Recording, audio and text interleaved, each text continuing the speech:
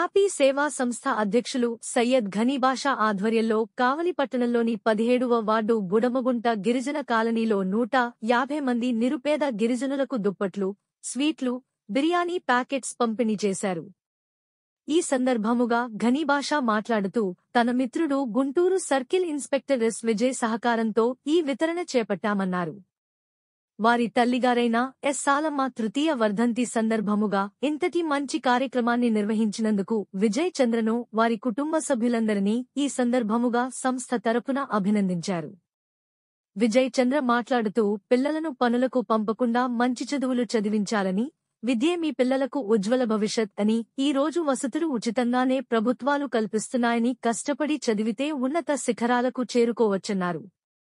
తాను నిరుపేద కుటుంబం నుంచే కష్టపడి చదివి ఈ రోజు ఇలా మంచి స్థాయిలో ఉన్నానన్నారు. హ్యాపీ సేవా సంస్థ అధ్యక్షుడు ఘనీబాషా చేసే సేవా కార్యక్రమాలు చాలా బాగున్నాయి అని, సేవారత్న అవార్డు అందుకోవడం చాలా ఆనందంగా ఉన్నదని, తన వంతు సహాయసకారం ఎల్లవేళలా అందిస్తానన్నారు.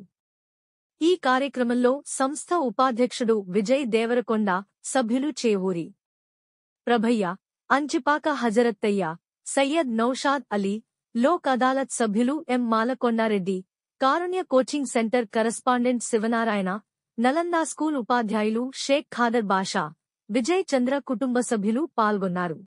సర్కిల్ ఇన్స్పెక్టర్ ఆఫ్ పోలీస్గా గుంటూరు జిల్లా గుంటూరు జోన్లో పనిచేస్తూ ఉన్నాను. నేను ఈ కావలి పట్టణానికి చెంది తుఫాన్ నగర్లో అక్కడే పుట్టి అక్కడే చదువుకొని ప్రస్తుతం సిఏగా పనిచేస్తూ ఉన్నాను. మా అమ్మగారు స్వర్గస్థులయ్యి ఈ రోజుకి 3 సంవత్సరాలు పూర్తయింది.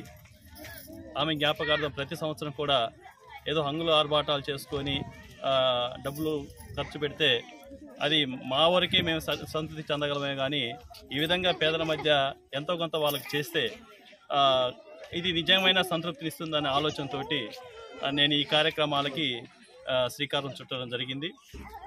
ఎక్కడ ఇలాంటి బాగా అర్హులైన పేద ప్రజలు బాగున్నారని చెప్పి విషయంలో నాకు ఘనీబాషా హ్యాపీ సేవా సంస్థ యొక్క ఫౌండరు, ఆర్గనైజరు మన ఘనీబాషా మంచి సలహాలు ఇస్తూ ఉంటాడు. నా బాల్యమిత్రుడు, కలిసి చదువుకున్నాం. సరే, ఏదేమైనప్పటికీ కూడా నేను చేస్తున్నది ఇదేదో పెద్ద సేవనైతే అసలు అనుకోవడం లేదు. చాలా చాలా చిన్న సేవ. కానీ ఈ పత్రికా ముఖం కూడా ఈ విధంగా ఎక్స్పోజ్ అవ్వడం ఉద్దేశం కూడా ఏంటంటే, ఇది చూసి మరి కొంతమందికైనా స్ఫూర్తి వస్తుందని ఒకే ఒక ఆలోచన, ఇది కొంచెం స్ఫూర్తిదాయకం అవుతుందని ఒకే ఒక ఆలోచనతోటి మాత్రమే నేను కూడా మీ ముందుకు రావడం జరిగింది. ఏదేమైనప్పటికీ కూడా ఇవి అన్నీ కూడా తాత్కాలికమైన సేవా కార్యక్రమాలు. వీళ్ళల్లో జీవితాల్లో వెలుగు నింపాలంటే వీళ్ళందరికీ చదువు నేర్పించాలి. మంచిగా ఎవరైనా సేవా కార్యక్రమాలు చేస్తున్న సంఘ సంస్కర్తలు ఇలాంటి ప్రదేశాలకు విచ్చేసి వీళ్ళని ఎడ్యుకేట్ చేసి, వీళ్ళని చైతన్యవంతులు చేసి, చదువు మీద వీళ్ళకి ఆసక్తి కలిగించి, చదువు పట్ల వీళ్ళకి ఆసక్తి కలిగించి, చదువుకున్నటువంటి విలువని వీళ్ళకి తెలియచేయాలి. అదేవిధంగా చదువుకోవడానికి వీళ్ళకి కావాల్సిన కనీస మౌలిక సదుపాయాలని వీళ్ళకి కల్పించాలని మనస్ఫూర్తిగా ఇక్కడ ఉన్నటువంటి పెద్దలందరికీ కూడా నేను మనస్ఫూర్తి కోరుకుంటున్నాను. ఇలా దాతలు ఇచ్చినప్పుడు వచ్చి వీళ్ళకి ఇచ్చేదే కాకుండా అప్పుడప్పుడు వస్తూ కొంతమంది సంఘ సంస్కర్తల్ని తీసుకుని వచ్చి వీళ్ళనికి ఎడ్యుకేట్ చేయించాల్సిందిగా కూడా ఈ సందర్భంగా నేను వీళ్ళని మనస్ఫూర్తిగా కోరుకుంటూ ఉన్నాను.